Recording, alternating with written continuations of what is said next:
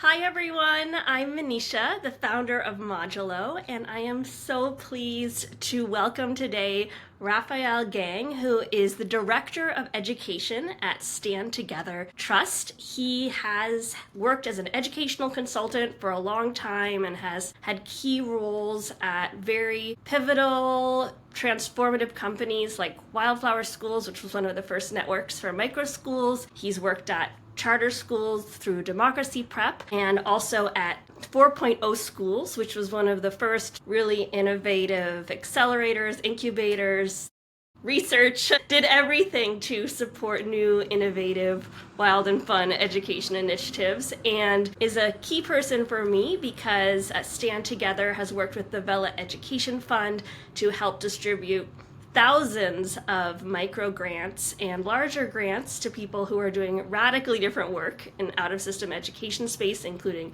Modulo. And so we benefited a lot from Raphael's work and Stand Together Trust through the Bela Fund. So thank you so much for being here today, Raphael.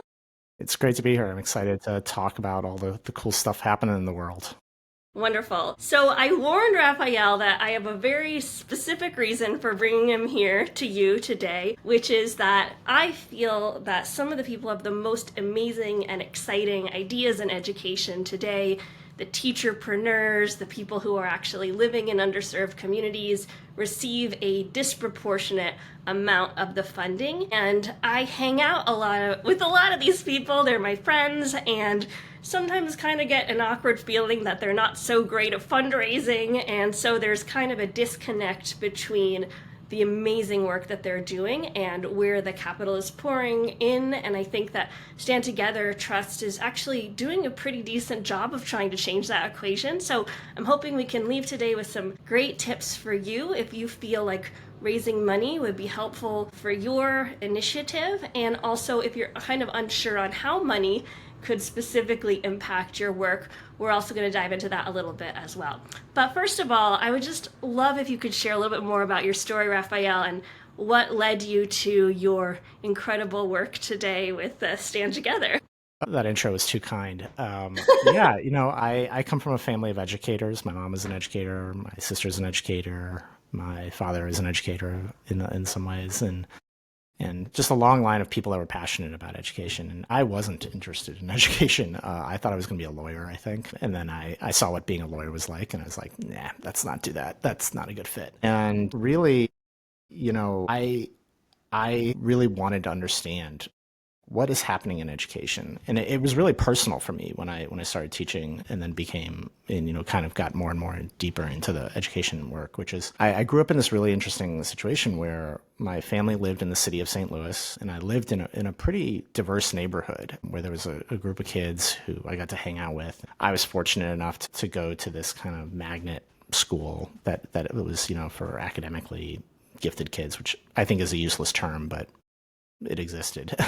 And so I was fortunate enough to kind of really see academically, I benefited from that. I got to go to this school that had like a lot of resources and a lot of things like that. And my father kind of famously slept out overnight to make sure that in front of this building, because there was this, like, there wasn't a lottery at the time. It was basically first come, first serve. So No, you had to sleep out overnight in order to get into this school. And I have a mom um, like that also.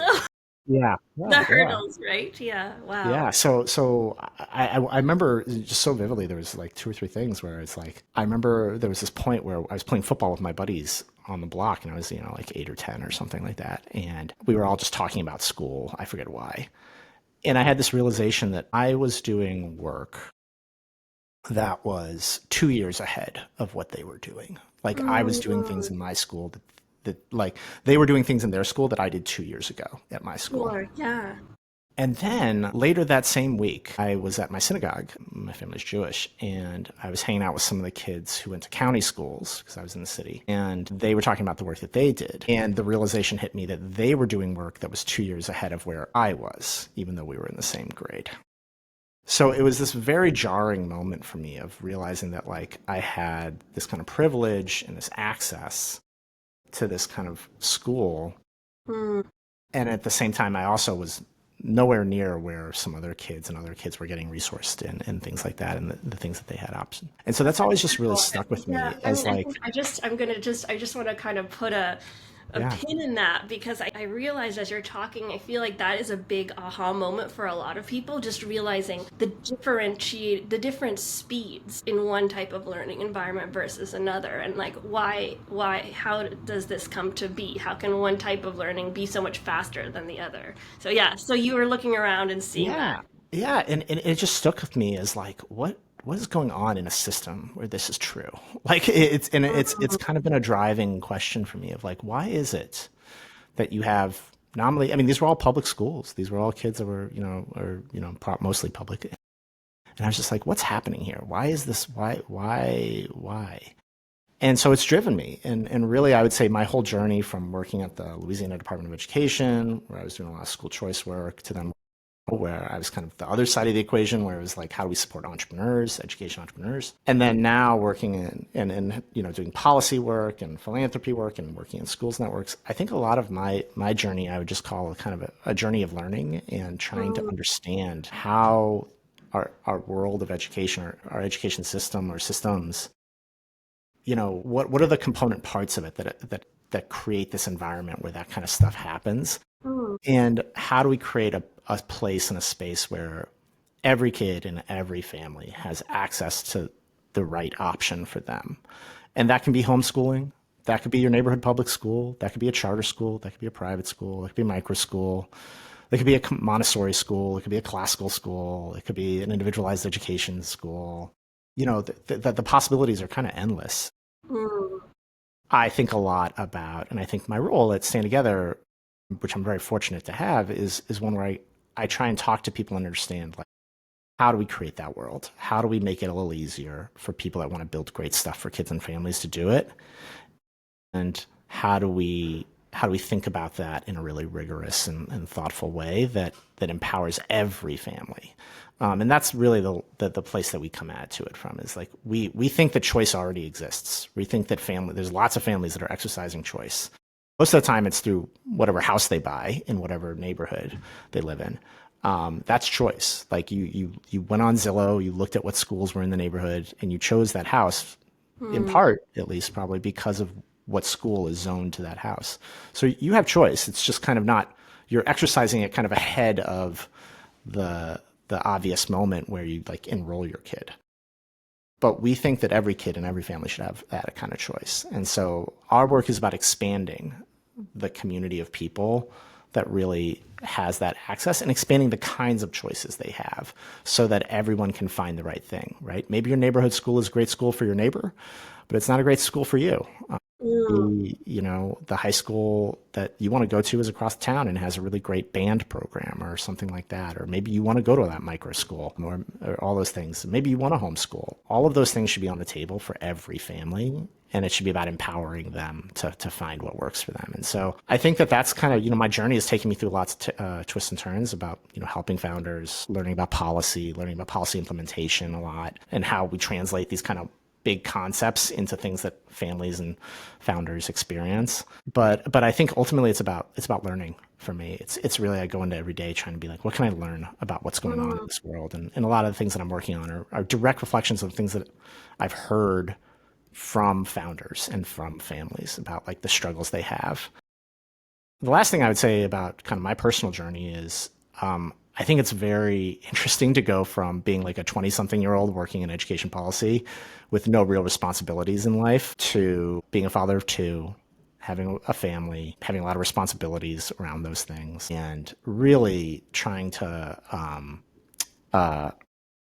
approach it from my own personal experience. Like, we had to go through the process of finding a school for my son about a year ago for kindergarten. And it was a really eye-opening experience for me. And it made me think a lot about where the gaps are and what we need to be working on. And I carry that with me pretty much every day, because every day I'm in my feelings about how my son, what's happening to my son for the 8 hours a day that I'm in Yeah, I school. would love to hear more about that. How do you, I mean, you asked this question years ago. Why is there this inequity? How do you answer that question today? I mean, I think it's a mix of status quo bias, which is really easy to embed within, especially the public system, right? That public systems are really hard to change, and for good reasons. They're meant to be stable institutions that people can Mm. rely on, not meant to be things that get upended at a moment's notice. And so, the way public schooling has evolved in the country is really, we got to the 1920s or so. We had a model that was promulgated by a bunch of famous people, and we basically been stuck with it this whole time.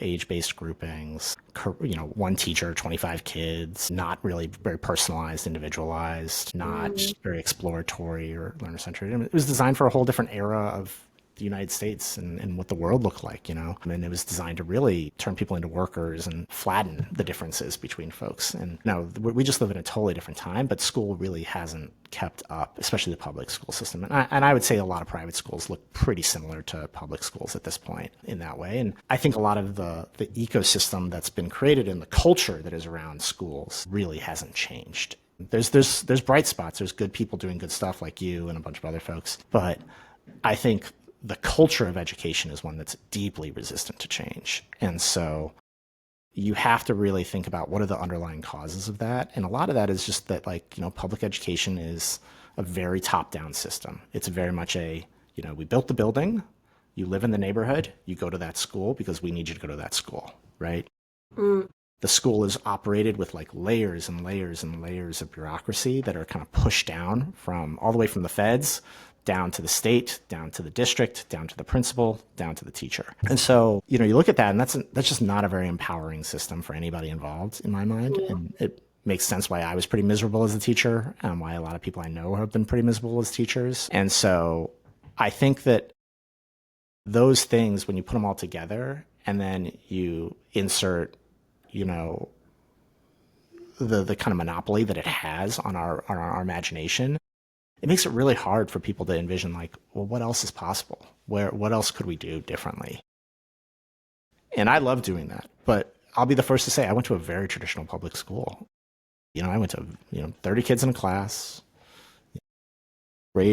letter of grades, all the stuff, not project based. And I struggled when I got into the real world because it just didn't really prepare me when I got to college. And I think a lot of that is that we're unwilling to give people permission to try things in education because we've developed this very rigid set of structures that everybody has to live within.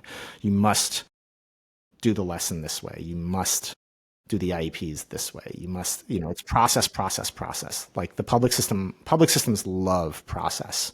They don't care much about outcomes. They love process. And I think that's that's the opposite of how really robust, innovative marketplaces for education look, right? Where families have lots of choices and lots of things, and people are trying new things and experimenting, and a lot of stuff doesn't work. That's really the opposite of what the public system is designed for. You got to go through, you got to write 6 TPS reports to try anything in your classroom or try anything in a school, and you got to ask 5 different groups of people and get permission, and then make sure that so many hoops. Yeah, there's just so many different things that stand in the way. But I think, if I was going to say it, it's one is the basic top-down structure of public education, which is very hierarchical. It doesn't really leave a lot of room for innovation or entrepreneurship. And 2 is the culture that has emerged out of it, which is people that don't really think about how to do more with less, or how to try new methods, how to build new models. And so at Stand Together, we really think about the out-of-system work most of the time. We don't ignore the other stuff, but we think a lot about it.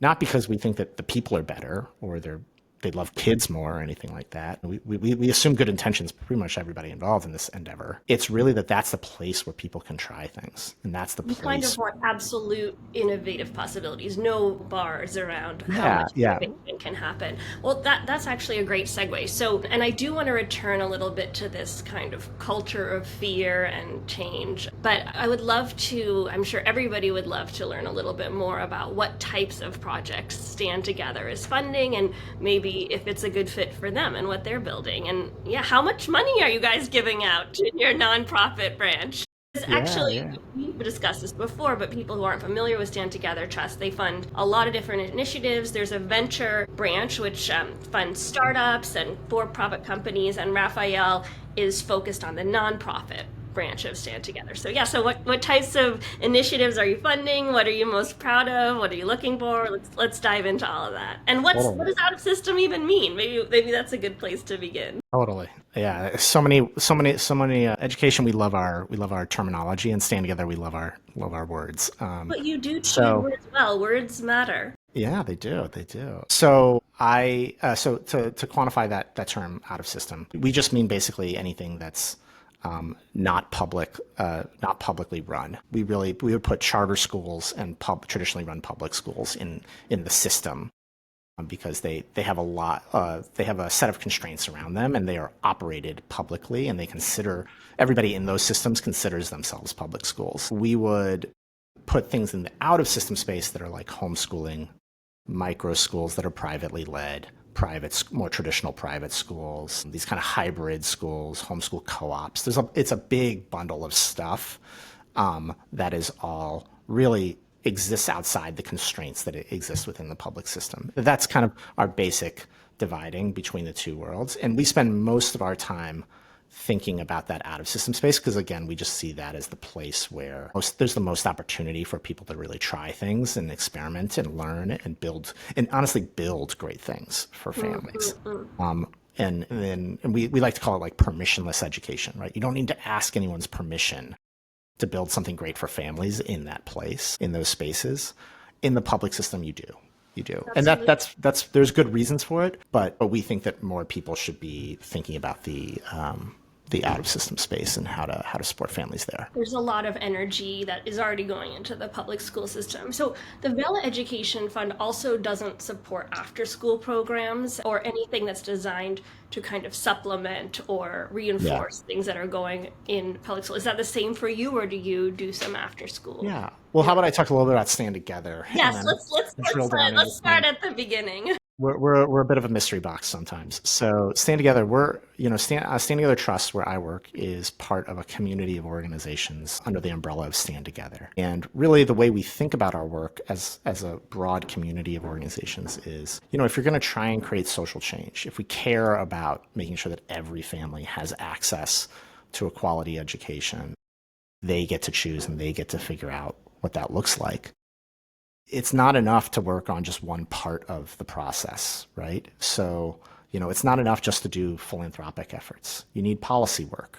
You probably need some for-profit companies that can come in and do scalable things that are pretty, vendors for states and things like that. And we've seen that, and I can talk a little bit about some of that work. You need all these different pieces. You need grassroots advocacy. You need parents. You need all these different pieces. And so what Stand Together is a network of these organizations, a community of them. And each organization kind of takes on a different piece of that. So I work on the philanthropic side with nonprofits. Stand Together Ventures Labs works with for-profits. But both of our teams, we talk all the time. I was just talking to someone from their team yesterday. We both really focus on the same point of view. We're all trying to accomplish the same things. It's really just with different tools at our disposal. And honestly, that's, our tax identification situation. So we're a 501c3. But our partners at Yes Every Kid, which are part of the Stand Together community, they're a C4. So they can do lobbying work, which I cannot and should not do because I'm terrible at that. I would be terrible at that if I was ever doing that. But Stand Together Ventures Labs, they're set up as a for-profit venture capital arm of Stand Together, where they can see those opportunities like, hey, we need a business, a company that does this, that's something a little bit different than what a nonprofit can offer. They're set up to make those kinds of investments. So it's really about having all those different pieces looking at the same issue, but from different angles. And then we're able to, our hope is that we're able to create social change. And the goal is for all of us to be really, thinking really smartly about how we add value to the change that we're trying to create in society. So Stand Together Trust, where I work, we're a philanthropy, we're a public philanthropy, and we support a range of different initiatives in our team. And so I'm one member of our team, and there's about five or six of us. And we do things like research, invest in different kinds of research that's happening to really understand what's happening in this space and how do we catalyze it even further. And we do things around the media and how do we encourage publicize what's happening in this space so that more people know what's going on. We also do things around parent advocacy and making sure that parents know when there's a new program, when there's a new ESA or a tax credit or voucher or what have you. We want parents to know about those things. And so we have people on our team that do that. Yeah, My and general I don't focus, know what education savings accounts are because for us that's our yeah, language. But I yeah, yeah, recently did an interview with the Step Up for Students people in Florida. So they allocate I think $2 or $3 billion a year to families, and yeah. basically education savings accounts are funded by corporate tax credits. So they don't take money away from the public school system. It's actually something that corporations can opt into, and they pay their taxes, and then families can get funding to purchase a la carte option. So it's a little bit different than buying a private school, enrolling in a private school. You could customize your child's education with tutoring or classes. And so it's just like a really innovative approach to a modular learning. Yeah, I mean, every state does it a little bit differently, but really the core idea of it that it applies to most of the states that have done it is this idea that everybody gets a digital wallet, essentially. And you can spend that money on a very wide range of things, including private school. If you just want to send your kid to a really great micro school or private school or something like that, you can just send that money right on to them. But if you want to do something more innovative, like unbundle, and you need to pay for one of the curriculums that Modulo recommends, and you need to pay for a tutor, and you want to pay for a karate class, or get a music lesson, or whatever it is from a specific person that you really like, you can do all those things. And so you can kind of unbundle education and then rebundle it in the way that makes sense to you. Mm. And that's what we think there's so much opportunity and promise. We don't think everybody should do it or needs to do it or wants to do it, but we really think that that is a pathway to really transforming how we deal with education. And Wonderful. our work and my work on our team is really thinking about, well, how do we, at the ecosystem level, so really at the top of that, how do we create the environment that is really fertile ground for education entrepreneurs? Because it's hard. There's one thing I've learned in my work. It is very, very hard to run a school. It's very hard to launch a new education service company or program or things like that. And I've talked to so many founders who just talk about how it's the passion. It's the thing they care about the most. They've been wanting to do this for so long. And they just need a little bit of help, and they need people to make it a little bit easier for them because It's it's just so much work. And I'm sure you all can of speak to that. this, obviously, Manisha. Yes. I have so much empathy and respect for education entrepreneurs and what they've done and what they've built. And I really mean that for everybody, right? Like if you're building a school, great. If you're building a program, great. If you're doing a service, great. And so my work specifically is how do we create that really fertile ground where those people feel supported and have the resources they need to be successful.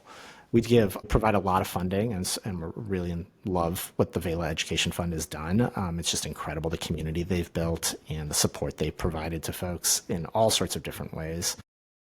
So we provide a lot of support to them because we think they're actually really well organized and set up to support individual founders, because that's a very specific kind of investment Yes. So I do strategy. have a question about that, and I think it Yeah, will help clarify for people yeah, listening what you fund. So if yeah, I understand correctly, we'll give yeah. two examples of two different initiatives. Someone is creating a really quirky, weird co-learning space Hmm. in downtown Cincinnati where homeschool parents can come drop off their kids. They can do whatever curriculum they want. Parents Yeah, can work. A yeah. grandma can come in and learn a new skill, like really fun. Where This can I is sign up? yeah, Sounds great. exactly. Yeah, When then another person is building a network of all the co-learning spaces and in the United States that you could drop into. From my understanding, the second one would be something Stand Together would be more likely to fund because it's helping parents access different choices, where the first might be more appropriate maybe for the Vela Education Fund that would fund a specific curriculum or a specific initiative. Am I understanding your focus right, or is that wrong? I think both of them is something that probably Vela could talk to them about, and I would encourage both those groups to probably talk to Vela first before they come Okay. talk to us. Okay, so for you, for Stand Together, okay, this is how I want to get people clear on it because I Yeah, think that yeah, yeah, anecdotes help a lot. So, what is the most exciting yeah. project you funded recently? I mean, I know you can't pick favorites, but I'm No, no, sure there's no. something that jumps into your heart. I was hoping you'd ask me this question. I'm really Oh, okay. So tell us about that. Tell us about so that. it's kind of hard when I say like we think about the ecosystem. Right. That's kind of a fuzzy term. I totally get that that's confusing as all get out. But a really interesting project that we're working on right now, and that's going to be launched pretty soon, is based on conversations with founders. And that's really where all my projects come from, is what I'd say. So we've asked a lot of founders, like, what's the big challenge? Where do you struggle? What are some of the things you deal with? And we hear the same topics. Whenever I talk to founders, I hear the same 4 or 5 things. Navigating local, bureaucracies, or, the administration of education savings accounts, things like that. But one of the big ones that they tell us about is startup capital, right? They need funding, they need support, they need things like that. And that's a real struggle, right? There's not a lot of funders out there that have really moved into the space to support startup, micro schools, as a simple kind of a catch-all term. Before you have students and revenue and that month-over-month growth. Yeah. So how do you get that funding, and where do you get that funding from? And so we thought a long time about this, about the challenges of that. And, one of our partners came to us and said, startup loans is totally a normal thing in the business world, right? It's very normal to get a startup loan if you're starting a restaurant or a retail store of some kind, or any kind of small business. In fact, there's an entire government agency dedicated to it. And so our thought was, well, why can't there be something like that for the out of system space, right? Where we're really helping to catalyze and bring capital that through something called a loan, really, instead of just a straight grant program, because then that allows us to really exponentially increase the value of the funding we put into it. And I think in the long run, our hope is that it brings other people to the table that see the opportunity in the out of system space and want to invest in those founders and want to support the work that they're doing, because they see that it's sustainable. They see that these founders are incredible people and serious entrepreneurs. And so we're in the near future. It hasn't been launched. That's an in-house project that you're working on. We have a partner that we're working with. It'll all be announced publicly very soon. But maybe we can include it in the show notes. I'll include a link to it, or something like that. But we're launching this loan fund in the very near future, and it's going to be 5 to 50,000 micro loans for startup education entrepreneurs, really building anything in the out of system space. And our goal with it is to really understand, like, who are the folks that are out there that are doing this work and need support. What kind of support do they need? Where are they at in their life cycle as organizations and businesses? And really think about strategically, well, how do we support them, and what would it take, and how do we build something? So our goal is, it's going to be a pilot. It's going to be relatively small, but our goal with it is to really learn and bring other people along with us for this process so that we can build momentum and really bring more people to the table. And like I said, our goal is to really kind of shift the ecosystem, right, through this kind of approach, which is, if we're successful with this first loan fund, we want to do a second one, and maybe we'll expand it in certain ways and things like that, and be able to work with even more people and bring in other kinds of supports and resources to help founders and things like that. And that's the hope, that's the goal. And so a lot of the projects I work on are things like, we see a big problem and we're trying to think about what is something that can apply, what is a solution to that applies to all sorts of different kinds of founders in all sorts of different kinds of places, and who are doing very different kinds of things. Yeah. And when we find problems like that, that's usually where we'll spend some time and really think about the solution. So it means we do a lot less of the kind of debt programmatic giving, like, hey, you're a great school, we want to help you. We really have pushed that, or we pushed it. We're really excited that Vela really takes the reins on that and does such a great job with it, and has built this amazing community, because that's the other place where that support can happen.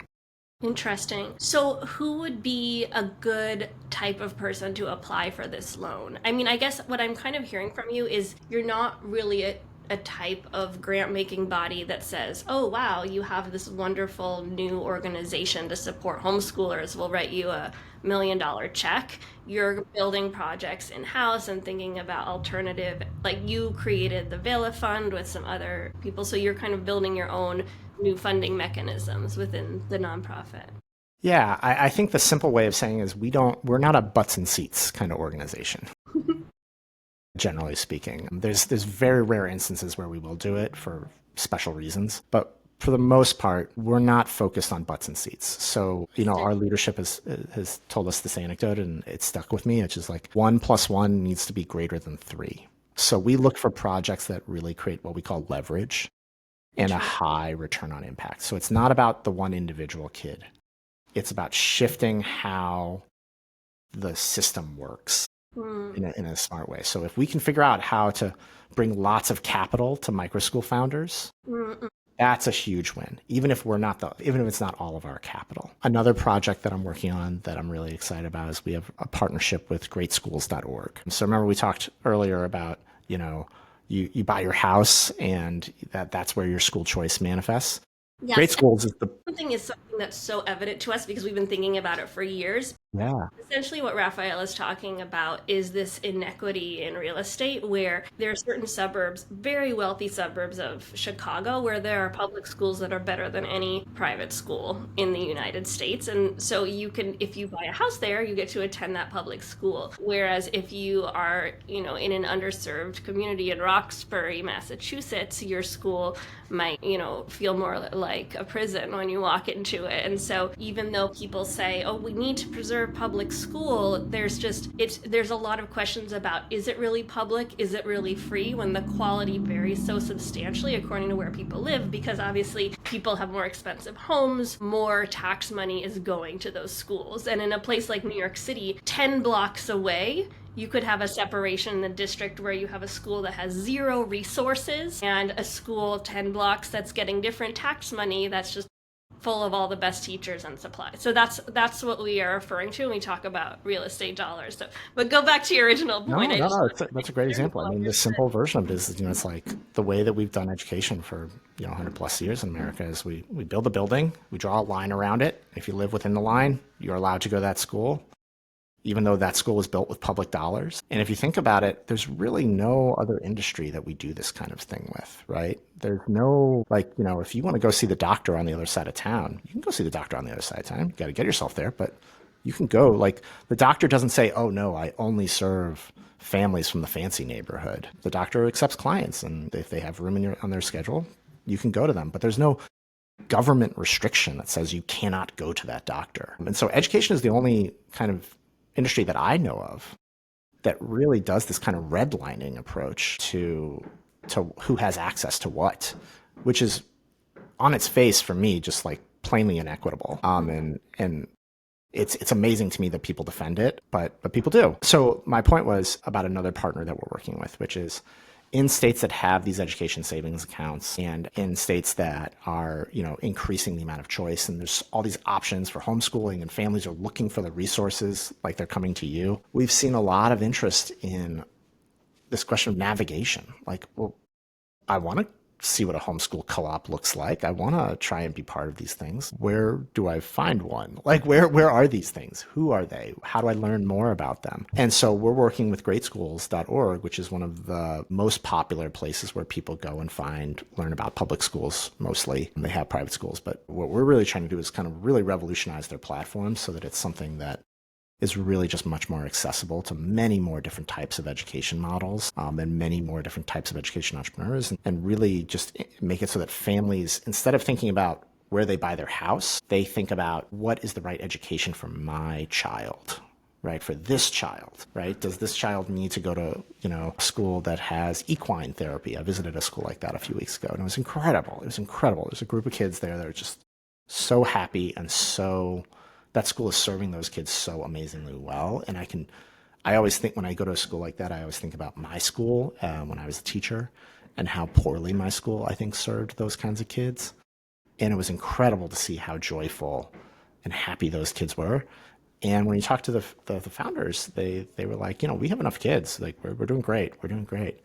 But I was like, how does no one know about you? Like, how did this, like, how do you find on the radar? I was like, well, there's nowhere for us to publicize. Like, we're not marketing geniuses. We're trying to run a school here. So we hear Yeah. this comment from a lot of folks about like, how do we help families find options, discover options that are right for them? And so we've made a play because we think that this kind of question around navigation and Great Schools, their platform is, all 50 states. I think they have 40 million plus parents come on their platform every year seeing what they offer. So our view is like that is a way of creating a lot of leverage and a lot of scale if we can, help transform and support the transformation of their platform. So how does that collaboration look like? Do you have people on your team who are doing research and homeschool co-ops to add to their platform, or what is that? Are you trying Yeah. to get UX people to do more intricate filters on their. Yeah, our process, we try and operate from a place of kind of trust-based philanthropy, which is we want to be a partner to you, not just a funder. And I think part of what we at Stand Together bring to the table that I think a lot of funders do, they just might not advertise it, but I think, really make it a point of this being a core part of our work, and it's part of my responsibilities, is making sure that we connect partners with the right other partners that we know in the ecosystem. So as we're developing the loan fund, as we're working with great schools as they, think about their model and what they want to shift around it, we're constantly in a position to be exposing them to people that are doing this out of system work. And so we work with lots of partners of ours to really help identify, like, hey, Great Schools is really interested in this one kind of thing because they got to figure out how to do it for their platform. Great. Let's connect them with the right kinds of founders who can give them very candid, very direct feedback on, like, hey, that doesn't work for me, or that would be amazing if you did that. And that's kind of how we approach it. We provide funding, but really we want to be a thought partner and a collaborator. We never, though, want to be in a position where people feel like they work for us or anything like that. That's not, we want to be a partner. And for that reason, we spend a lot of time on when we talk to folks about potential grants and partnerships, about this idea of vision alignment. Like, are both of our organizations engaged in the same set of goals? It doesn't mean that we have to be 100% in alignment, but are we fundamentally trying to accomplish the same things? And so we spend a lot of time on that. And I would say we spend relatively little time compared to some other philanthropies that I've seen doing things like writing grants reports, writing large grant applications. Our grant applications, I mean, compared to the ones that I've had to write in the past as someone that worked in development, very skinny. I would say very, very skinny grant applications and very skinny grant reports. I usually tell my partners, I was like, we need a grant report for our, for our updates. I would love to just get on a 30-minute call with you and, just talk through it. Right? That's a grant report for us. Right? We don't need big 10-page things. We don't ask for lots of metrics. We typically say, let's agree on the 2 or 3 things that are the most important indicators of success in this partnership. And then we trust you you're going to have to navigate a lot of complexities, a lot of details. We don't want to micromanage you. We don't want to give you a giant spreadsheet of metrics to work with. We really try and operate from a place of trust, and until someone gives us a reason not to, which thankfully I haven't experienced. But I think it's because we also spend a lot of time really emphasizing that vision alignment on the front end and making sure that, like, do we actually want the same thing? Do we actually care about the same thing? And if we don't, that's okay, because there's other ways we can be helpful to folks. We're always happy to make introductions. We're always happy to help people think through problems. I have a lot of calls with people where we're just talking, like, and I'm saying, oh, have you talked to this person? Or have you talked to that person? I just was talking to them. They were interested in the same topic. And I make those kinds of intros probably 5-10 times a week because, my job, I like to think of my job as a program officer essentially as I'm someone who traffics in information. That's my job, is to be as knowledgeable about the topic area that I focus on as humanly possible, so that when people have questions, I have answers, or I at least know the right people to talk to get answers. Yeah, and I'm curious if you have thoughts around funding the people who are giving that information, because I feel, and I think a lot of founders in the space feel like they're constantly being asked for, like,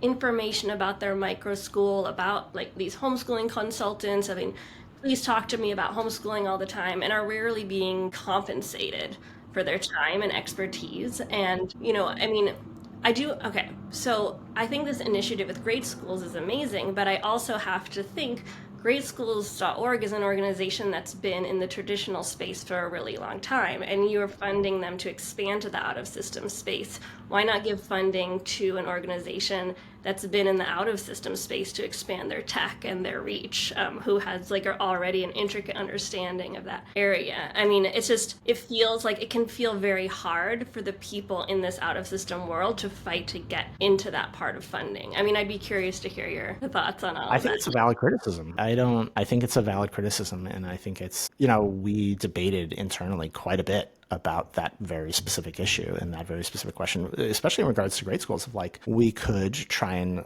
support someone more entrepreneurial, someone in the startup space and things like that. And what's actually happened is there's a bunch of smaller like websites that we've helped to invest in and organizations we've helped to invest in, mostly on a kind of state by state basis, when education savings accounts and tax credits and things like that go live, to help create better navigation supports for families, and a couple of them, and things like that. And so we're kind of making multiple bets, is what I would say. Grade schools is a big bet because they have a lot of reach and there's a lot of risk. And we've talked internally about the risks of kind of making those bigger bets and supporting bigger organizations to make transformation changes and things like that. And I think that's why we emphasize a lot about vision alignment. And I think that's why we really try and think hard about, do we think that this actually has do we think that the partner really can execute and do the thing we do? And with grade schools, we do. It doesn't mean that there aren't other partners to work with, and it doesn't mean that there aren't other people doing great work. And that's why I would say, I have my approach with everything is very much we want to talk. I want to hear it. Challenge, give us feedback, tell us, what are things that we're missing or what are the opportunities that we're missing and things like that, because that's how we get better. And that's how we do it. And like I said, it's about trafficking knowledge. And there have been so many partnerships that I've engaged in where we said, hey, it's not a good time, or we're not ready for this project, or you're not honestly ready for our funding because we need you to be at a certain bar, or things like that. Mm-hmm. And then a year later, we're like, here we are. Let's have the conversation again. So I try and say, there's very few situations where I'm like, no. Right. Most of the times it's not right now. Yeah, absolutely. And there are things that we say no to, plenty of things I say no to. Sure. But especially if we feel a real vision alignment, we try and think strategically about what are other ways we can be supportive. When is the time when it would make sense, and giving that partner kind of a sense of what needs to happen in order for that to become more of a realistic likelihood and opportunity. But it's hard. I mean, I don't like saying no to people. I wish that I had all the funding in the world. That's your job. I wish that I could fund all the cool people that I go see. I wish that I could, make it rain. I think it's one of the hardest parts of the job is you meet all these amazing people, just so many amazing people.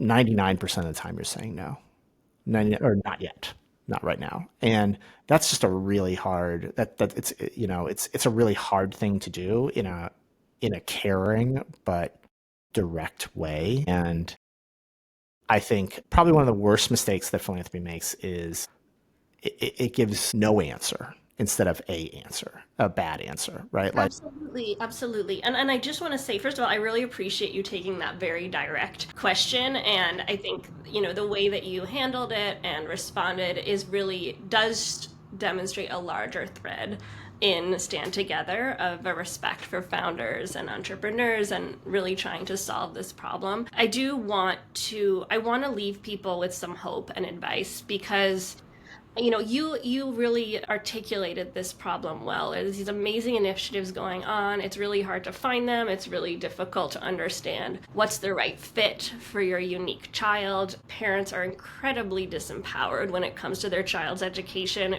We're always taught, send your kid away, we'll take care of it. Nobody really has any idea what's going on, why these standards exist. So for these people, as often these founders who are building their biochemistry programs for homeschoolers or running a small micro school are just completely tapped out. They have a sense that having some additional capital would help them, but maybe they might not even know how to use that. And you're building this startup loan program, which I think is fantastic. Some people in my family are getting into loans. There's some really interesting new tax incentives going on. Yeah. So I would just say, because you're someone who gets approached so often by founders like me who are, teachers trying to make radical change with a social impact and won't compromise on their values. What are, I know it's hard to isolate, but for these people who are reaching out to you for the first time, what are some common mistakes you feel like could be just tweaked a little? If you could give one piece of advice to that type of archetype, not the big CEO, the great fundraiser, but the ordinary Joe who's building something cool and is kind of exhausted, has a million things to do, and says hey, can you help us? What are some ways in either communication or whatnot? What advice would you give? Yeah, and I would say um, I have a lot of thoughts about this. I'll try and be to the point. Please share them all. I think you get really hungry for advice.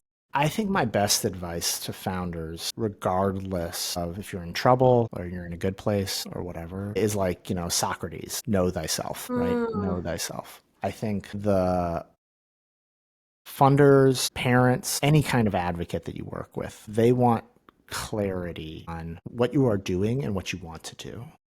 And they can help you so much better and more effectively if you have that clarity to offer them. It's kind of like you're going in for a job interview, candidly, right? yes. Where you need to have a clear story of like, well, why do you think you're a good candidate for this job? Like, what did you do in this old role that makes you feel like confident you can do it? How would you approach this kind of problem? Really, it's the same kinds of stuff that's happening when you talk to parents and you're trying to get them to like pay you to send their kid to your program or school. If you're talking to like an advocate of any kind who wants to, know more about your work, or if you're talking to a funder, you need to be able to clearly and succinctly say what it is you're doing and what you're trying to accomplish and how you think they can be helpful. Well, instinctively want to join things where there's clarity and there's focus and there's discipline. And even if there's stuff you don't know, knowing what you don't know, I mean, not to get too Donald Rumsfeldy, Yes. but like, right, like knowing what you don't know and being thoughtful and reflective about that is actually one of the best things you can do in these It's conversations. so appealing. I mean, it's sexy to say I don't know. I can't tell you how many times someone's asked me a question. I'm like, I don't know. Okay, I'm in. Yeah, yeah, Right? Yeah. yeah. Because there's an impulse to defend and be defensive about your project, but you can Yeah. take it I or mean, leave and it. I think the second thing that I would say is really critical is that for us at least, and I would say a lot of we talk about it very explicitly at Stand Together, but I think a lot of other funders would probably say the same, although they might not articulate the same way, is clear sense of demand for whatever it is you're building, right? So I think the founders that I feel for, but that I'm know are going to be a struggle is they've built something, but they've built it in such a way that they don't know if families actually really want it. So they're like, oh, I have a micro school, and we got like 6 families, but they only pay me like $50 a month, right? And so I was like, well, that's great that you built this. Like hats off. I have so much respect for like taking the risk, taking the leap, trying to do this.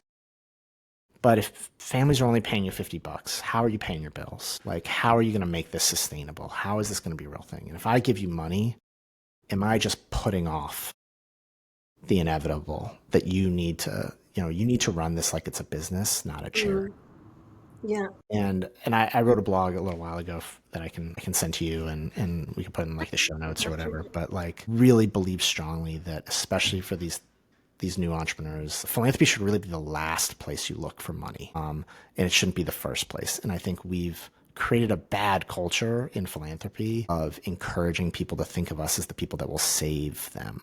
Really, the thing to focus on is your families and the families you work with and the people that you work with, and thinking about how you leverage them to build your organization. And that can look a lot of different ways. One of it is, families need to pay more than $50 a month if you're going to take care of their kids. It's just a truth. And so you need to figure out what the financial model is that works there, right?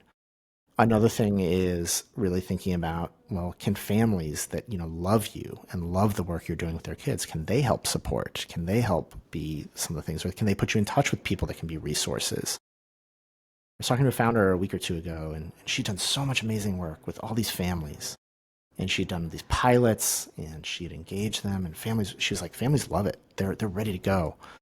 And I was like, okay, how much money do you need? And she's like, I need $1 million. I need $1.5 million. And I was like, well, how many kids do you want to serve? And she's like, we started to be about 20, 40 kids. And I looked at her and I said, I'm going to give you some tough love. I'm going to give you some really tough love here, which is that you don't need $1 million. You don't need to take 2 years to do this. You need to go to the families that you work with. You need to go to the community partners that you've built and figure out how you create leverage in those relationships that can get you a free building, and get you the basic startup capital you need to get started. Those partners are the path to sustainability and success.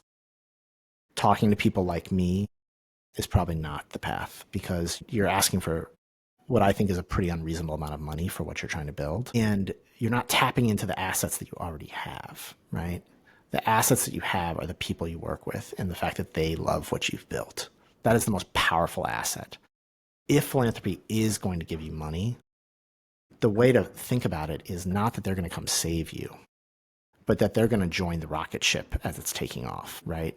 They want to be part of something that's going to be successful, and that their capital kind of pushes it over the helps to do the last mile, things Yes. like that. Yes. They don't want, it's very rare that you're going to get a philanthropy to come in and be like, oh yeah, we'll save you. We'll do that. It's a place that philanthropy doesn't want to be in for good reasons, which is that it makes us real. It creates a dependency, which is a really unhealthy dependency. And it honestly, it begs the question of like, well, have you done everything you need to do with your business and your organization to make it successful? And, I realize I'm being kind of direct and harsh, and I'm sure some founders will have some pretty strong feelings. It's all right. I'm going to give you some pushback. Yeah, I totally hear it.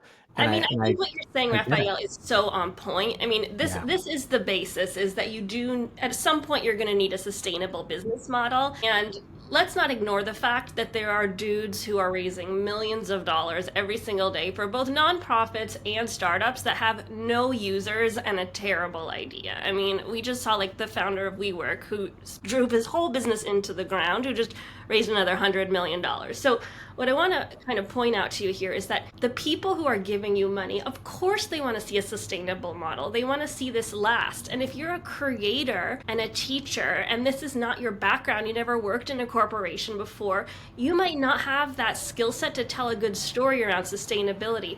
But the good news is that it's a lot easier to ask for advice than it is for money. So if you're not telling a great story to Raphael that he's getting hungry over, go reach out to some corporate bankers and say, hey, I'm building this really cool school. Can you give me advice? I mean, people are going to line up to give you their time. And then that person can then help you, and not only to figure out how to sustain your business, because if you live in an area that's super poor and these parents are giving you $50, that might be a quarter of their entire paycheck every week. That $50 is much more, well, I mean, hopefully not for the month. $50 for, maybe $50 a week, and that's a quarter of their paycheck. That is like a really substantial fact. And I think that a lot of these teacher founders are just simply not arrogant enough. I think often I've found with my own company that I've gone to these investors and they say, well, it doesn't really sound like you're accomplishing that much. And then as we start working together, and they're like, why didn't you mention that you've generated $300,000? That's kind of a key fact. And I think that what's important to know is that it can feel deflating for someone like Raphael here to say, like, no, this isn't sustainable, but there are other people that you can turn to bring yourself to that next level where you can go back to Raphael. And that's like a much more accessible resource that can really help you a lot. I think that's right. And I think people underestimate the resources that they have access to a lot of times. And honestly, I mean, number one, there's just loads and loads of free stuff on the internet now that never, that 15 years ago didn't exist. So there's huge amounts of supports that are out there that you can get access to. That are relatively, like this amazing YouTube video. But I think the other thing is, I always just say that, philanthropy has its own agenda.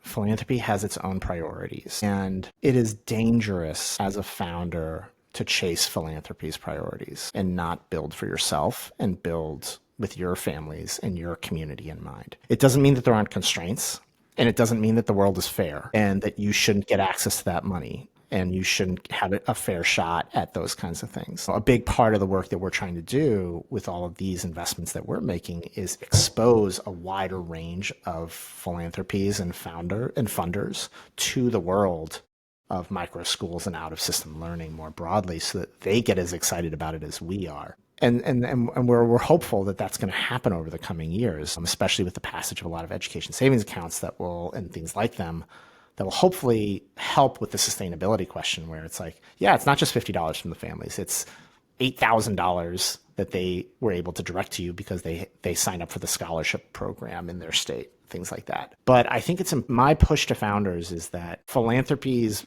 priorities change. Philanthropy is finicky. Philanthropy has its own goals and its own things that it cares about. Mm. And it's not ill-intentioned. It's not ill will towards you as a founder or things like that, but it's unpredictable and it's hard to understand. And I think building a business model based on philanthropy is a dangerous place for a founder and a dangerous place for the families that you're trying to serve to live within. And so that's why I say, the reason why I say it so directly and the reason why I care about this so much is that I've been part of nonprofits and I've been part of organizations that had an over-reliance on philanthropy.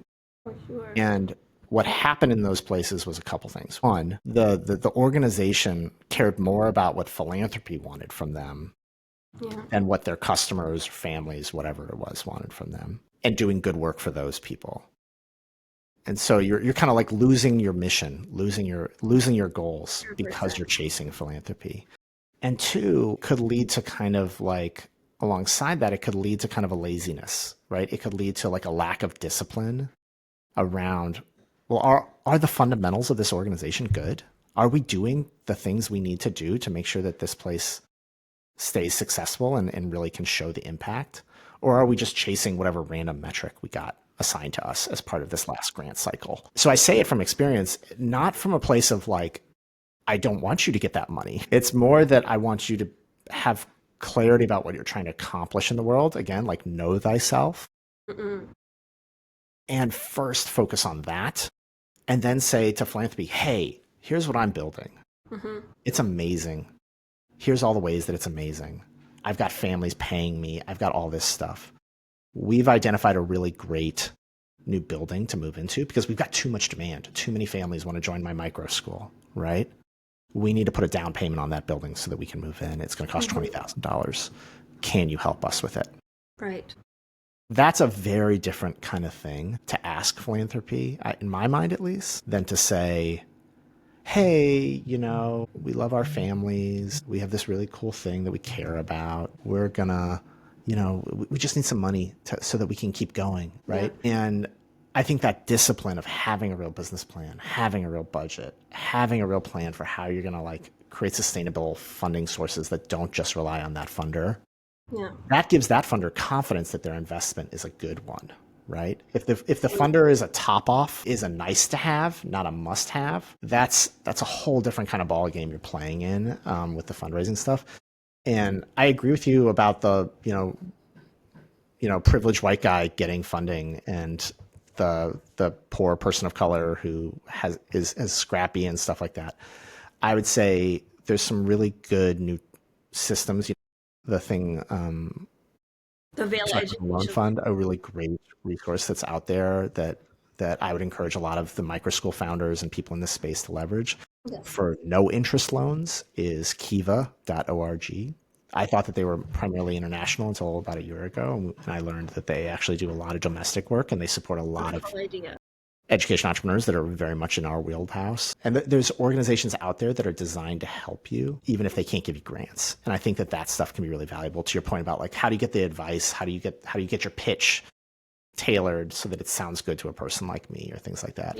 Yeah. And for what it's worth, I've heard enough pitches. Like usually I'm pretty good at, deciphering things and asking questions. And From your own perspective. I don't hold it against people. I would say it's more about like, do you actually know what you're trying to build? Yes, and I kind of want to just clarify that a little bit because, again, a lot of people who go out and raise money have no idea what they're building. They're just really good at articulating to other people. Mm-hmm. But you as a teacher, a lot of people who I love, who are starting the most interesting initiatives are teachers. A lot of them have special needs like ADHD or sensory processing, which makes coming and giving like a real clear direct pitch much more difficult. And so I would just say, in terms of know thyself, if you have an impulse that you need money to help your beautiful flower grow and you're not sure how you're going to spend that money. You can't clearly articulate what it's for, but you have this feeling in your gut that you do need it. Go out and try to learn why.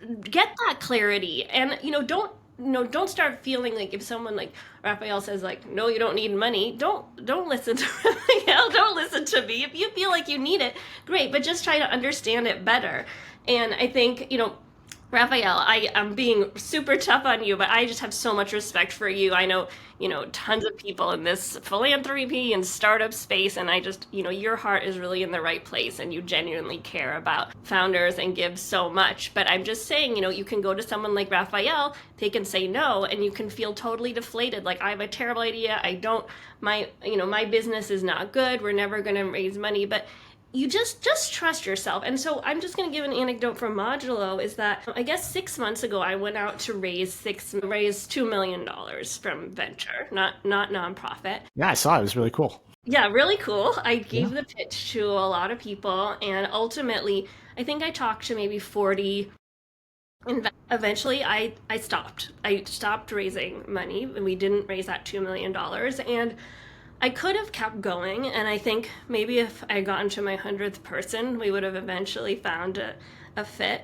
But what I learned through that process was that Modulo didn't actually need venture, and that I didn't need to give money away because we had a successful business model, and with AI, I could build a lot of the technology myself and then keep more of the company and also maintain the integrity of it, because a lot of people were pushing me, to build like an AI tutor or a more kind of direct to consumer. All that said, I feel like that whole experience, and I was fortunate enough to have the time to talk to 40 investors because a lot of people running their micro school don't have that time. I was able to give it my full focus. I learned so much about the dynamics of my company because people asked me such good questions, and I had to go back and find the answers to those questions. And so, one way to just learn about your business model is simply to just go out and try to raise some money and start with the people that you don't really want money from, so you can just see what types of questions they're asking you and dive into that a little bit more deeply. Yeah, I mean, I think we're also talking about kind of two different kinds of businesses here. So a lot of the That's true. founders that I That's true. talk But about, it's that impulse to raise money that I'm talking about. And I promised, I mean, you're in the nonprofit sector, it's yeah, different. And this is about venture funding. But I think what every entrepreneur, teacher entrepreneur feels is like, my business needs more money by any means necessary. And one day they're building a venture funded thing. One day they're trying to do a nonprofit. One day they're trying to get a loan. And I think I just want to kind of zoom in on your point here that so people really hear it is know thyself. Start by just trying to find out anything you can and get that real clarity. And you can get that clarity by going out and trying to raise money. You can get it by going to the bank and saying, hey, will someone advise me? You can write to me any day of the week and say, hey, I need an advisor, and I'll hook you up with some yeah. finance bro who's only too happy to build a financial model with you.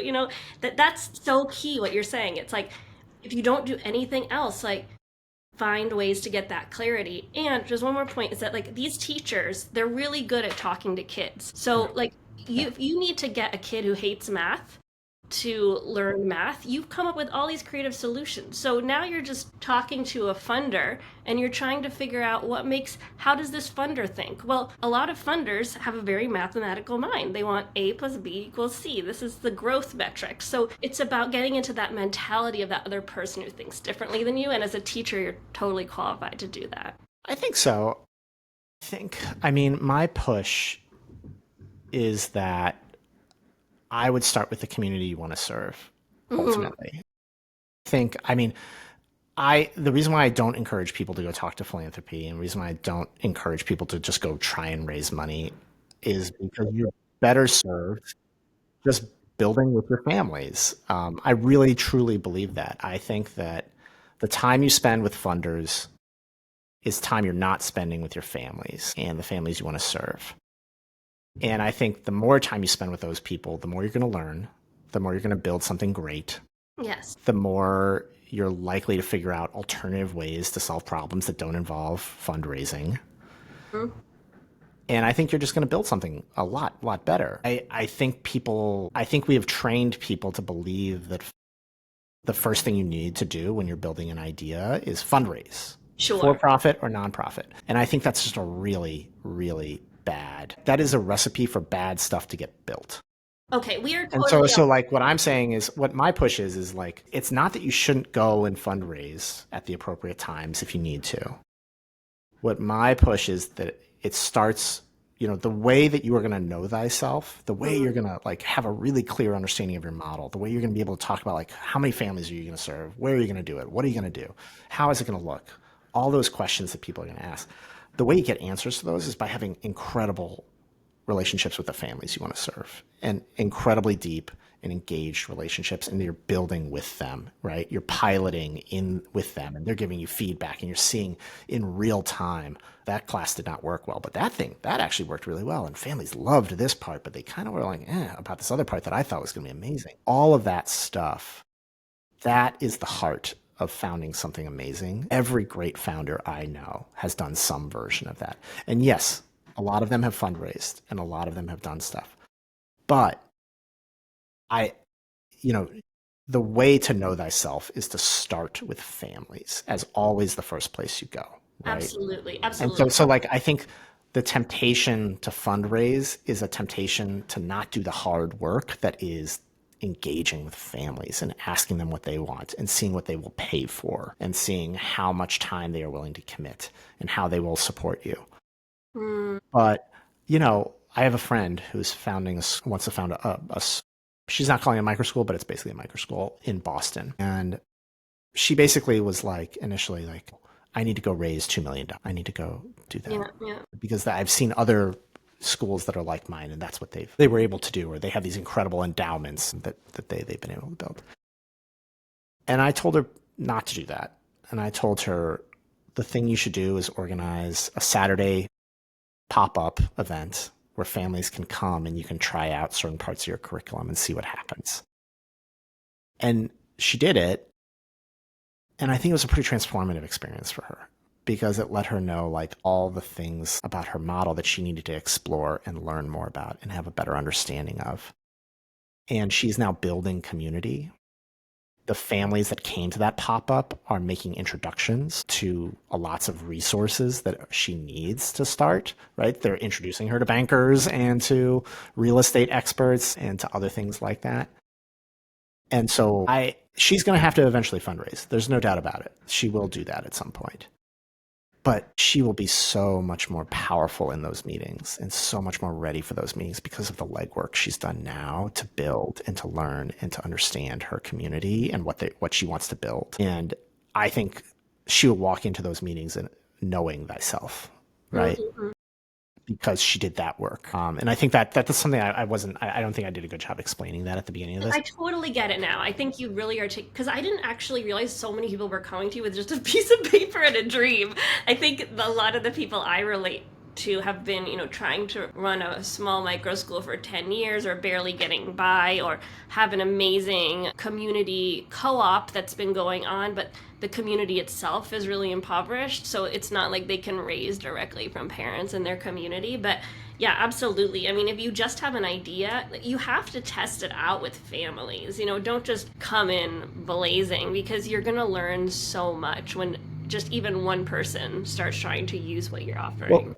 you'd be shocked at how many people do come in with just ideas or do come in with right I like am shocked. I'm shocked, but Raphael. but I think similarly, when I think about those people that are doing work in hard to reach communities, and when I think about how best to do that, there is though a level of discipline that you need to have, right, Yes, about this stuff, right? And it's like, yes, philanthropy is going to be needed, but we have to also think long term about like absolutely. how we build this organization in a way that is sustainable. And it's going to look different for everybody. It's totally will look different for my friend in Boston than this other founder that I talked with, who I believe was in Nebraska or something like Yes, that, yeah, I right? think that's so Everybody important. has different resources, everyone has different communities, everyone has different things they're trying to accomplish. But this question of sustainability sits with me pretty often in my work. I think we give short shrift to it. And I think we're letting founders take the easy way out by saying it's okay to just chase philanthropy. You don't have to worry about your business model, right? We just need to get you money from funders. Like I said earlier, philanthropy isn't going to come save you. And if you think it is, I've got some bad news for you. So the first place to start is to think really long and hard and make the painful trade-offs and make the difficult decisions about how your organization needs to run so that, you know, I think it's a very useful exercise for every founder or organization to say, like, how would we operate this organization to achieve the same impact or more without philanthropy supporting us? Yes. Not that it's possible, not that it's like Mhm. ideal, not that I want you to not have philanthropy to support you, but I think it's an important exercise, an important discipline to instill in yourself about like what it takes to do this and how to do this. Yeah, sometimes it's like, yeah, we collect $50 per family, we get a free space, and then we have, you know, a corporate sponsorship that does this, and then we have this, and we cobble this together, and you know, we work with this church and all these things. All of it's on the table. Everything's on the table. But I think and so I don't want it to be limiting for people. And I think that the problem is that philanthropy can be really limiting because it can be this kind of catch-all, easy Yeah. out It's kind of so, it thing. feels like, and, and some people are just dying for a break because Yeah, it's so totally. It's hard. hard. This is hard, hard work. Yeah. Money I can feel sympathize really so much. alluring. I do. I really, really do. And I've raised money and just wasted it. It hasn't resulted in growth. And sometimes that failure has been informative, and sometimes I just made a stupid decision about Yeah. how to spend it. And other times I've raised money and it's been incredibly impactful and helped. And sometimes you're just not going to know in advance and you need to try. But I think, one of the things that this alludes to is that actually a good reason for raising philanthropy is sometimes research. It's if you're not trying to use it to just kind of help keep your organization going for a short-term period, Hmm. having a little bit of money to give yourself some time to think and research. But what's important first is to get clarity on what you're hoping to achieve and see if it aligns with the people who are giving money. Because it's not like you're just Mr. Moneybags hanging around being like, oh, you're nice, here's some money. You also have to be accountable to the mission of the people who are funding Stand Together and Well, and I like to say, like, we like to operate at Stand Together, we like to operate as risk capital, right? So we love it when people come to us and say, hey, we're doing great. We've got some interesting stuff. We've got a new initiative that we think could be hugely impactful. And I lean in. I lean in, and I'm tell me really, more, baby. I want to hear this. I want to hear this because we like being risk capital. And a lot of philanthropy does not like being risk capital. A lot of philanthropy wants safe bets. And that's why I say, if you come to philanthropy and you say, like, we're in trouble, you're in trouble, right? It's like going on a first date and saying, I'm really lonely. Will you be Yeah. my partner? I think that's a great analogy. Or it's going into a job interview and saying, I'm not that great. I Like, need money. yeah, like I applied because this was a job that I saw on Indeed, right? Like Yes. that's not selling I'm anybody, right? broke. No one else will hire me, please. Yeah, like funders, partners, families, they want to know that they're joining something that they can be excited about. And we like, our approach is that we want to take risky bets on things that can have transformative impact. We're not worried about we don't think about small marginal improvements. We really want to take the risks and do those kinds of things. And it looks different, and our process is certainly not perfect by any means. And I wish we had more resources to put into more of the projects that I have to say no to pretty regularly. But I think that the key for a founder of, having that discipline, working with families, focusing on families, trying to figure out how do I leverage every little bit out of the families that I engage with.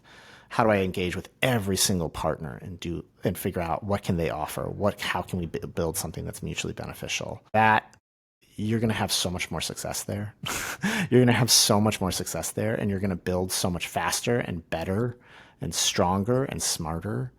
I think that you do yourself a disfavor by Hmm. not starting there.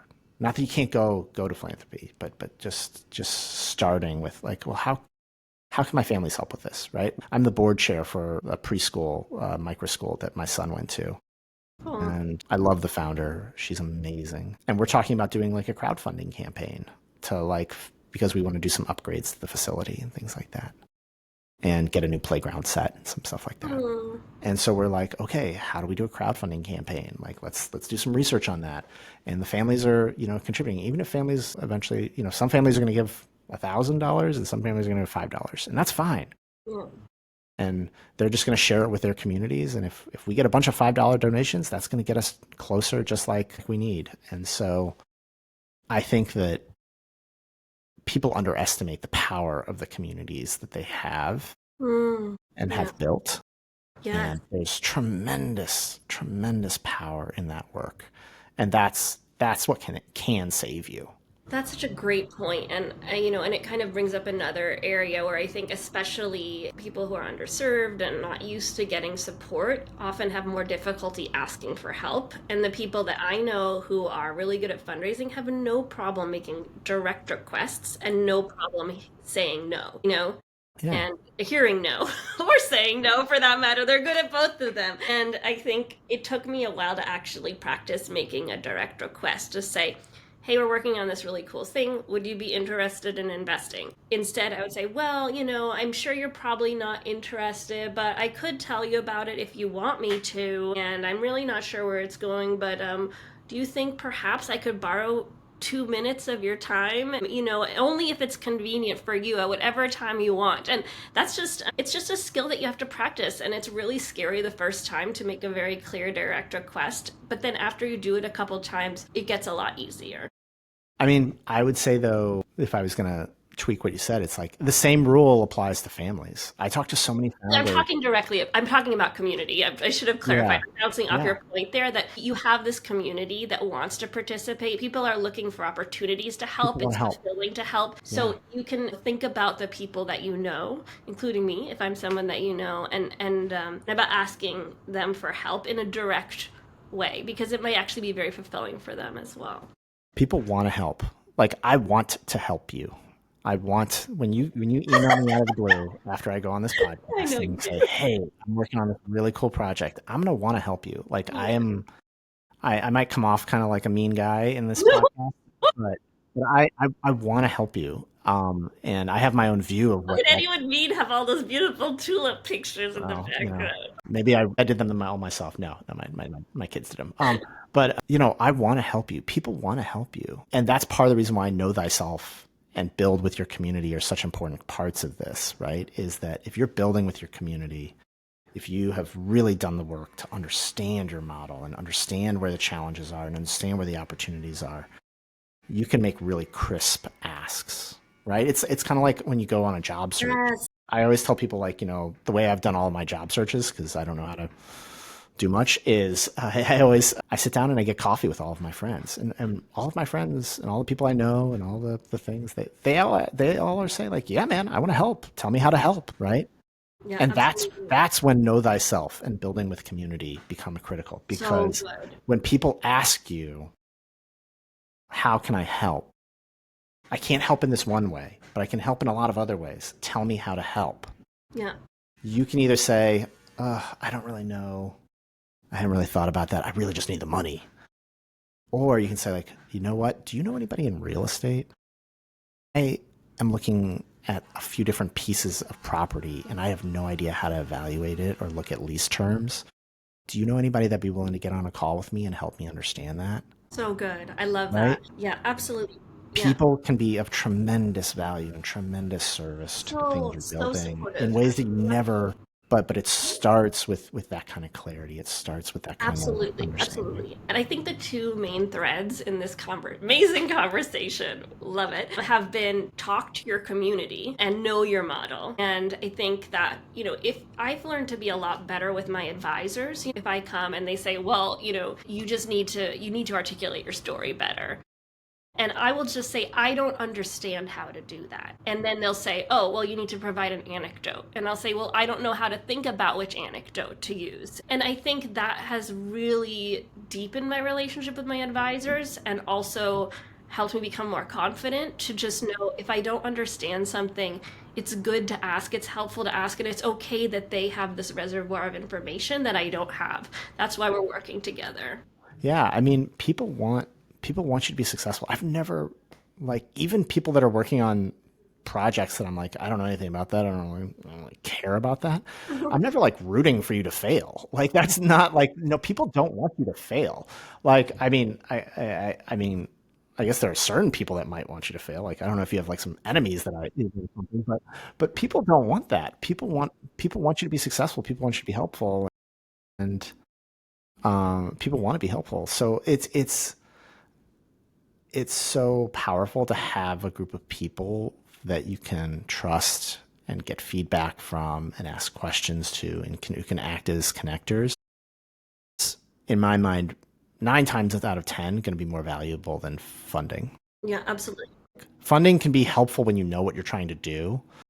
When you are in the early stages of building an organization and building, the most powerful thing you can do is build community and build families that are invested in whatever it is you're building. When you get that clarity on your model, you'll be more confident, and then the money will just be there. And the So, money will be there Raphael, because yeah, the funders will see that you're doing that cool thing. They'll be like, like the coolest moment for any founder in my book is when a funder reaches out to you, right? That is when you have done something right, yeah, right? absolutely. Like And you and the mentioned, only way that that happens is not when you're writing a business plan on a piece of paper. It is when you are doing things with people are talking families. about it and Right. excited. When families are coming to your pop-ups, when families are coming to your events, when families are engaging. And my friend, he basically got offered, finding a space for her school in Boston. Tremendously difficult thing. And she's been doing these pop-ups and these events. And out of nowhere, someone just came up to her and said, "Hey, are you launching a school?" And my friend was like, "Yeah." And the friend was like, "Well, we have space that we could offer you for the Amazing. school. Are you interested in having a conversation about it?" And space isn't perfect. There's some trade-offs with it. It's not ideal. But she got someone to literally walk up to her and offer her real estate in the city of Boston, right? Like That's incredible. that That's is a that great that example. is doing it right. Wonderful. That is what it means to build in community, and what will happen when you take that approach seriously. People will come to you because they want to join the rocket ship. They see that you're great. They see that you're doing something amazing. It looks different for everybody. Obviously, not everyone's going to have someone come up and offer space or things like that. It's not perfect. It's totally inequitable. I'm not here to tell you that the world is fair and full of fairy tales, but the opportunities that emerge when you take that approach are dramatically different than if you're just writing grant applications.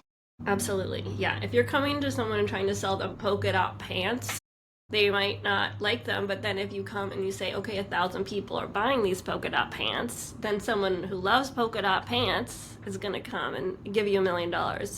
Raphael, you've been amazing. I've gone way over time with you. This has been such a fun conversation. I can't tell you how much I appreciate someone who's willing to bounce back and forth, difficult and differing opinions at times. It's Yeah. such a refreshing way to have a conversation. I guess just to maybe quickly to top it off, could you maybe say, all right, very quickly in one or two sentences, what would be a super exciting project to walk in your door today or tomorrow for someone listening? Maybe they're building this thing, and I guess so. Yeah, what would be exciting? And then second, what's the best way for people to reach out to you if they have something that they think could be a good fit for your funding, or maybe just want to get advice from you on maybe getting more clarity around their model or communicating better with their community? Yeah. So big things that I'm interested in right now are, like I said, I think about the ecosystem. I really think about like what are these kind of structural challenges that lots of different founders and lots of different people face. So some of the things that I'm thinking about right now are around real estate. I'm also thinking about kind of this challenge that we're seeing with a lot of founders around sustainability, which is in a lot of different kinds of businesses, you have kind of an outsourced back office approach. And what we've seen with micro schools and the like is that they struggle with the back office stuff, but we haven't really figured out how to provide it for them in a financially sustainable way, candidly. So if people are interested in either of those two topics, they're very sexy topics, I'll tell you, right? Back office and real estate. Those are some of the things I'm interested in. But I'm also just someone who loves ideas. I traffic in ideas. I listen. So I love hearing people's crazy pitches. I and I don't stand on formality. So I love it when people send me a random email. It's like, here's 3 bullets about something crazy I'm working on. Those are my favorite kind of emails. So if you have a crazy idea, you can reach me. You can find me on LinkedIn at just Raphael Gang. You Perfect. can find me on Twitter, X, whatever it's called, at Raphael Gang EDU. And if you want to shoot me an email, we can probably put it in the show notes Yeah. or something Start like with that. LinkedIn. Trust me. I mean, you do not want to give out your email. Modulo. I don't even read my email anymore because it's just full of spam. Yeah, yeah. Anyway, Find me Raphael, on those platforms, and I'm so happy to chat. so much. I hope I haven't been too tough and rough on you, but No, I it's love a it. sign of love. No, I People love it. might want to remember that too, is that sometimes you're tougher on the people you like. But I mean, this has been, I think there's just so many great ideas and tips. And if people are listening, I really hope you'll share what you're working on in the comments and share maybe some of the ways that you have leveraged your own community and learned from your community, how that shaped your project, and any tips for other founders on getting to know your business model better, if especially you don't have a business background. But just thank you so much, Raphael. This has been so much fun, and I appreciate you, what you're doing, and just having you as a friend. We've tried to put together some resources that we typically offer out to people that connect them with some of the places that we talked about on the call. So I'll shoot you, I'll provide it, and we can maybe put it in the show notes, some of the links to some of the resources that we've pulled together. Because we think that there's a lot of people out there that want to help, that want to be helpful to you So when you're much with what so. you're building.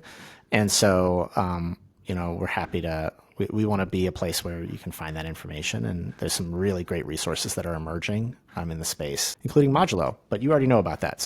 Yeah, if you want to share your program with more people, you can also list it on Modulo. We're about to launch our marketplace. I think we will. I think we will. So keep an eye out for all these things. But yeah, Manisha, it's been great being here. I love the pushes. I think about it constantly, the gaps and the ways we can be better. And I love hearing it because we're not perfect. We need to get better. And this is the same thing. It's the advice I'm giving to founders, which is go talk to the customer, go talk to your families. Exactly. Founders are my customer. People that are building stuff, they are the people that I want to serve. Yeah, I I appreciate appreciate that. it, and it's been great conversation. It's given me lots of good fodder for thought. Yes, absolutely, Raphael. And I just want to echo, I really do see that in you. I mean, obviously, I come from a different experience as someone who had no business background, who got into tech 10 years ago and have a different felt sense of what it's like to try to fundraise in this space. And I really hear your curiosity and interest and wanting to build that into the work you do. So thank you so much and have a wonderful day.